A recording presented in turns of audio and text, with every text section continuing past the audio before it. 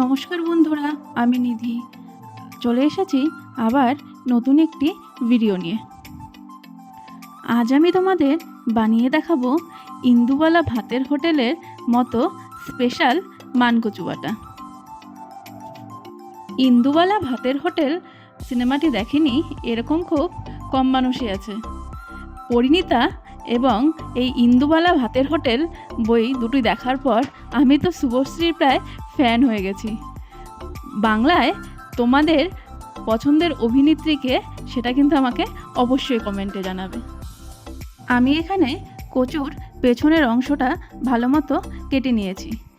একটু মাথায় রাখতে হবে, পেছনের খোসাটা ছাড়ানোর সময় একটু মোটা করে ছাড়াতে হবে। এরপর ভালো মতো ধুয়ে আমি একটা গ্রেটার নিয়ে নিয়েছি। এবার একে একে আমি সব কচুগুলোকে গ্রেট করে নেব। এই কচু বাটার যদি অথেন্টিক স্বাদ পেতে হয় তবে শিলনোড়াটাই বাটতে হবে, কিন্তু যদি কেউ শিলনোড়ায় বাটতে না চাও সেক্ষেত্রে মিক্সিতেও বেটে নিতে পারো। দেখো আমি এখানে একবার বেটে নিয়েছি।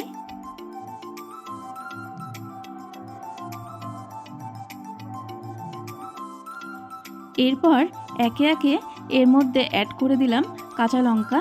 আমি এখানে 7-8টার মতো কাঁচা লঙ্কা নিয়েছি। তোমরা যে পরিমাণ ঝাল খাও সেই অনুযায়ী কাঁচা লঙ্কা নেবে। আর নিয়েছি 6-7 কোয়া রসুন। রসুনটা কিন্তু এখানে কম্পালসারি। এরপর এগুলোকে ভালো মতো একটু থেতলে নিলাম, নিয়ে আবার কচুর সঙ্গে বেটে নেব। দেখো আমি সবগুলোকে একসঙ্গে বেটে নিয়েছি।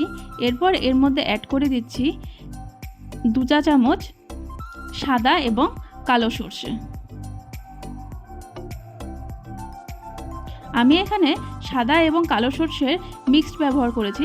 তোমরা চাইলে শুধু সাদা বা শুধু কালো সর্ষেও ব্যবহার করতে পারো। দেখো আমার বাটা একদম কমপ্লিট।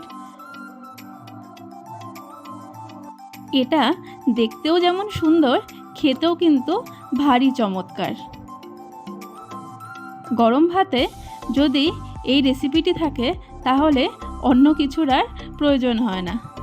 ওপর থেকে একটু কাঁচা সরষের তেল ছড়িয়ে দিয়ে মেখে মুখে পুরলেই যেন স্বর্গ। রেসিপিটি তোমাদের কেমন লাগলো অবশ্যই জানাবে। ভালো লাগলে একটা লাইক করে দেবে। নমস্কার।